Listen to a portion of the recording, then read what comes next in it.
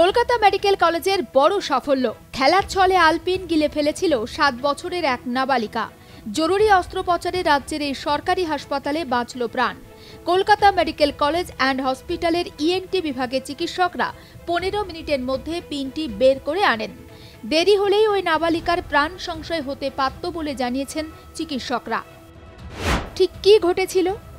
হাওড়ার শিবপুরের বাসিন্দা ছোট্ট আসিফা খুরশিদ খেলার সময় কোনোভাবে একটি আলপিন গিলে ফেলে। সঙ্গে সঙ্গে শুরু হয় শ্বাসকষ্ট, বুকে ব্যথা, কাশি। তাকে নিয়ে আসা হয় কলকাতা মেডিকেল কলেজ ও হাসপাতালে। এক্স-রে করে চিকিৎসকরা দেখেন শিশুটির শ্বাসনালীতে আটকে রয়েছে আলপিন। দ্রুত অস্ত্রোপচারের সিদ্ধান্ত নেন ইএনটি বিভাগের চিকিৎসকরা। কালকে আমার মেয়ে আফিয়া খুরশিদ খেলাধুলার মধ্যে একটা বল পিন গিলে খেয়েছিল।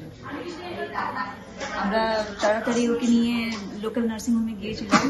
ওরা এক্স-রে করে এখানে পাঠিয়ে দিল, যেন ওদের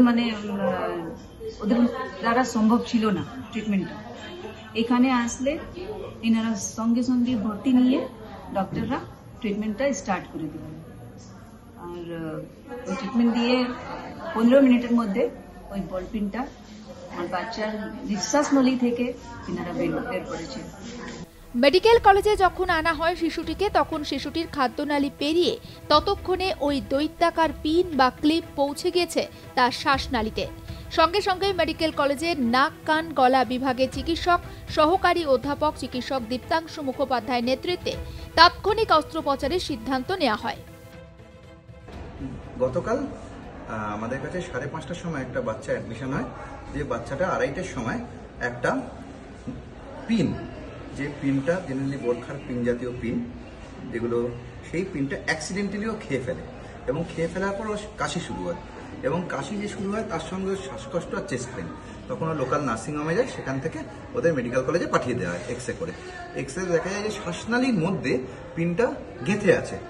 এবং এই যে পিনটা গেঁথে আছে, এটা যদি আমরা অস্ত্রোপচার করে রিমুভ না করতে পারি তাহলে অবভিয়াসলি ওর সংক্রমণ হবে এবং তার থেকে ফুসফুস ফুটো হয়ে যেতে পারে এবং বাচ্চাটা জীবনে চলে যেতে পারে। তাই আমরা ইএনটি ডিপার্টমেন্ট থেকে তড়িঘড়ি ডিসিশন নিই যে আমরা ব্রঙ্কোস্কোপি করে জিনিসটাকে বার করব।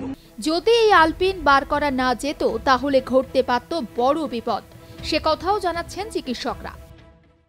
যদি এই পিনটা রয়ে যেত তাহলে কিন্তু ওর ইনফেকশন হতো এবং আমরা এই ক্ষেত্রে অনেক ক্ষেত্রে দেখি অনেকদিন পরে বাচ্চারা আসছে এবং তারা ইনফেকশন নিয়ে আসছে, তাতে একটা লাংসের মধ্যে পুরো জল জমে আছে এবং সেখান থেকে শ্বাসকষ্ট হয়ে গিয়ে বাচ্চাদের আমরা মারা যেতেও দেখেছি। এটা বলতে হবে যে ওরা যে তাৎক্ষণিক ডিসিশন নিয়েছে যে মেডিকেল কলেজ বা কোনো বড় সেটআপে নিয়ে আসা, যেগুলো গভর্নমেন্টের আন্ডারে, এখানে এই প্রসিডিওরগুলো ইজিলি অ্যাভেলেবেল। আমাদের এখানেও এটা ইজিলি অ্যাভেলেবেল, তাই এখানেও এসে ও নিজের জীবনটাকে বাঁচিয়েছে। শিশুটিকে সম্পূর্ণ অচেতন করে অস্ত্রোপচার শুরু করেন চিকিৎসকরা। ফরসেপ দিয়ে ধরে পিনটি শ্বাসনালীর ভিতর থেকে বের করে নিয়ে আসা হয়। কোনোভাবে যদি পিনটি ফুসফুসের ভিতরে ঢুকে পড়ত তবে বাচ্চাটির প্রাণ সংশয়ের মতো পরিস্থিতি তৈরি হতে পারত।